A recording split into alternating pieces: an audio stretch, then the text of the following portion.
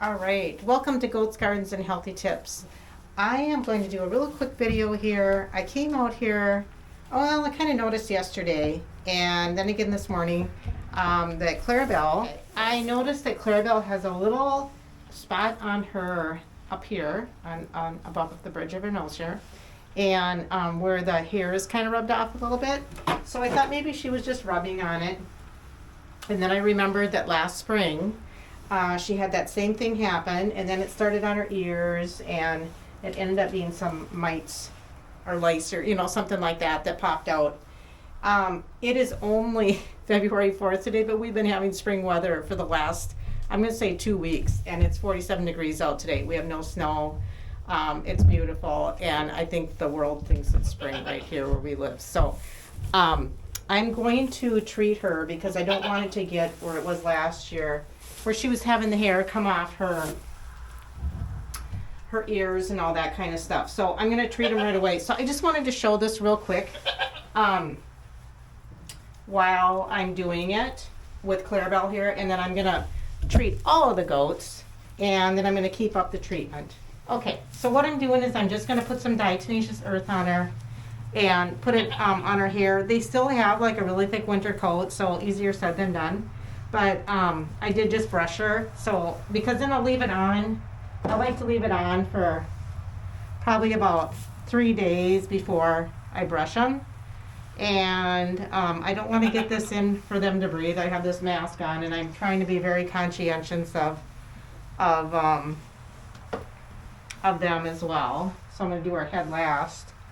But I'm just trying to kind of nip it in the bud here and take care of a problem before it gets to be a problem. Last year was the first year that I had that happen. I actually didn't know what was going on. I didn't think about it. And we had a really, tons of snow and a very wet, a lot of wetness and everything. And then in the spring, that happened with Clarabelle. And we just happened to be right when I had my spring vet check. And so that's what she looked, and she verified that it was like a little, I suppose it's like a flea or a lice or something like that they get. But so we're going to try to avoid that this year. So I'm putting this diatomaceous earth on, which is, I think you probably know what it is, but it's like a powder of crushed sea urchin, I believe is what it is, crustacean shells, and when they consume it, they'll die from it. So I'm trying to say that in a nice way.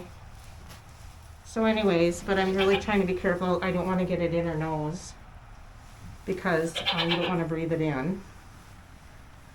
And then I'm going to put a little bit right there. Okay, and then I'll do this again in 2 weeks. I believe that's the time period. I gotta look it up for sure, but or maybe I'll do it in a week even, and because then you get the other hatchings here. And then I have a spray that I made. I used this last year. It worked really good as a preventative. So I put half of this fluid in here as apple cider vinegar. The other half is water, and then you put some lemon juice in, a couple tablespoons or a quarter cup or something. And I just happen to have a fresh lemon, so I just squeezed that. And I am going to take my glasses off here. I'm having a hard time with this mask. Put them somewhere where the goats aren't going to eat them. Anyways, oh, come here, honey. So anyways, I'm going to just spray this on. And then I'm going to spray this on every morning before I let them out.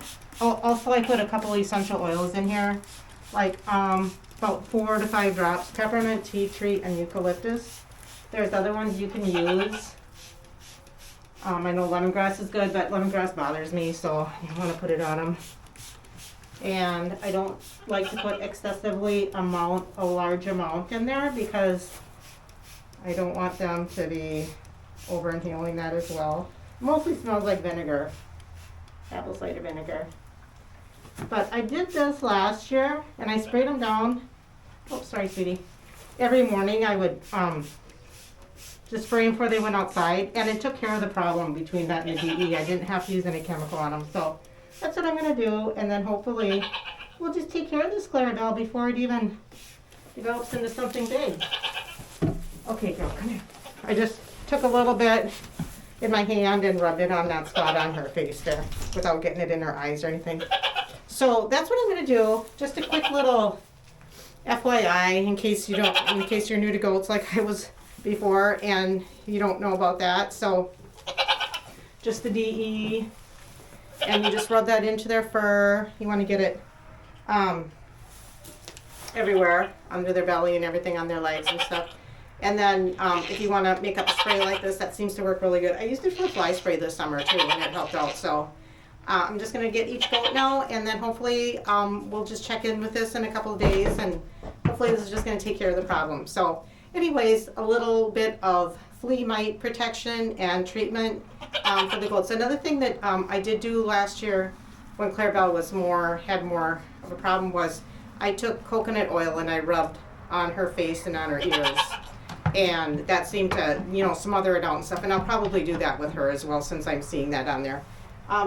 We did find some little ones on Fern last year, but she wasn't having anything to show for it and everything. But I'm just going to treat them all, make sure that they're all good. So anyways, you all have a great day, and thanks for watching.